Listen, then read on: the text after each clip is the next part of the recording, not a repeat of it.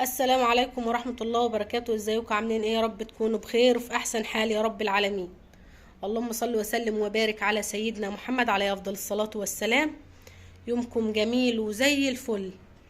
انا مش عارفة اقول لكم صباح الخير لان احنا النهاردة كده بعد الظهر اذن خلاص. بصوا انا النهاردة نضفت لهم، فتحت الصبح رحت مطلعهم لفوق على طول على السطوح ونضفت المكان كنسته. بقالي يمكن مثلا اسبوع على الحالة دي، اطلعهم فوق على السطوح وانضف المكان كده واسيبه لحد اخر النهار. قبل ما انزلهم بحط علبة تراب تحت كل واحد وانزل. بصوا المكان بتاعهم زي الفل، بسم الله ما شاء الله. هوريكم دلوقتي انا حطاهم ازاي فوق. بصوا المكان كده، كل يوم اكنس المكان كده، اطلعهم فوق واكنس المكان واسيبه يشف كده لحد اخر النهار عشان ما يعملش ريحة ولا دبان ولا اي حاجة. النظافة مهمة جدا. بصوا المكان بتاعهم زي الفل، ما فيهوش اي حاجه. اخر النهار انزلهم بقى، احط لهم تراب تحتيهم، كل واحد علبه تراب تحتيه، واروح منزلاهم. هوريهم لكم فوق انا حطاهم ازاي فوق. برضو بكنس لهم فوق كل يوم. بصوا المكان زي الفل.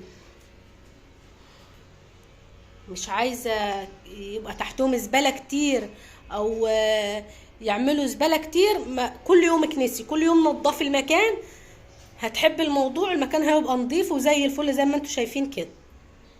انا حبيت اوريكم المكان بتاعهم نضيف ازاي وهما مش موجودين، وهما موجودين برضو بس بيبقى تحتهم تراب كده، فانتوا تحسوا ان تحتهم ايه، مش نضيف. بس المكان زي الفل. كل يوم كده اكنس واطلعهم فوق. هوريهم لكم فوق دلوقتي. احط لهم اكل هنا كده وميه واسيبهم طول النهار. لسه حاطه لهم اكل دلوقتي رشه بس هم واكلين. كنست لهم وخليت الدنيا زي الفل اهي. هي نظيفه اساسا ما فيهاش حاجه.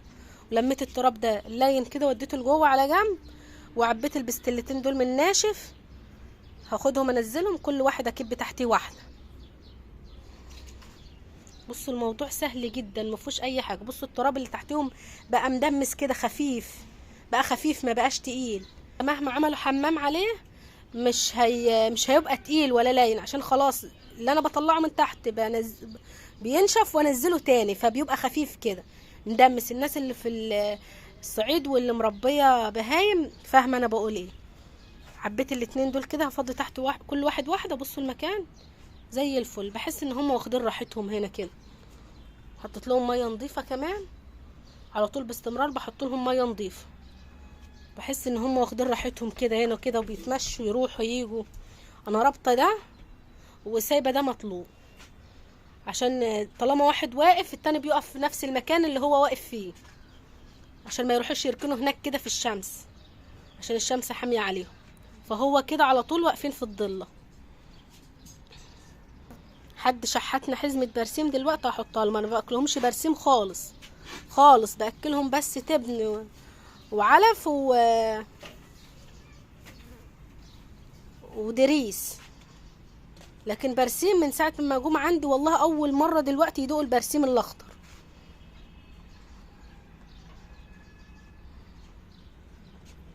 اللي يشوف الفيديو يا جماعة يصلي على النبي، وما ينساش يسيب لنا كومنت حلو كده منه، وطبعا تعليقاتكم واشتراككم في القناة طبعا يسعدني جدا. زي ما انتوا شايفين كده مكان بسم الله ما شاء الله عليه. القعدة جميلة جدا جدا هنا كده، تحفة.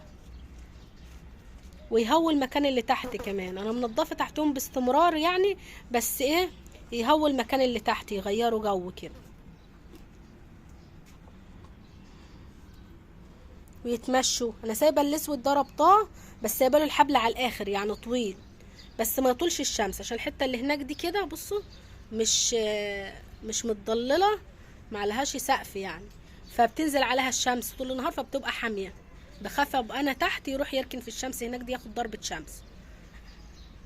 انما ده كله كده بصوا متعرش، فضله يعني طول النهار ضله، والجو حلو يعني هنا.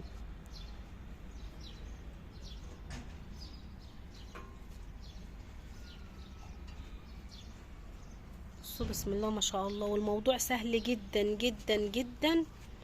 يعني اذا كان على السطوح الموضوع سهل جدا جدا في التربية، مش تعب. طالما ايدك تحت الحاجة ولا ايدك تحت الحاجة في النظافة، الموضوع مش سهل مش صعب ابدا، سهل جدا. بشيل اللي تحتهم زي ما قلت لكم قبل كده، اطلعه هنا وانزل تحتهم ناشف بس، واكنس المكان. هي مرة واحدة بس المكان اللي بكنسه الصبح، يعني حتى لو موجودين تحت طول اليوم ما طلعتهمش فوق خالص، الصبح بشيل اللي تحتهم واكنس لهم واحط لهم ناشف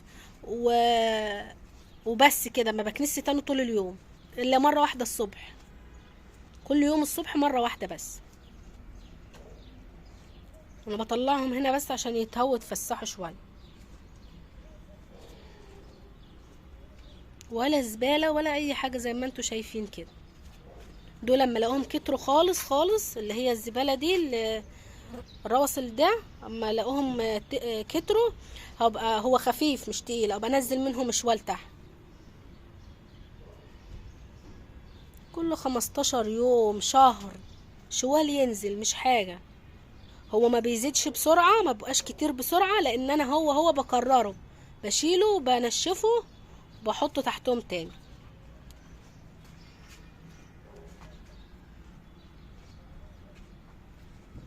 مستنية كل تعليقاتكم، بتبسطني جدا، واشتراككم في القناة يسعدني.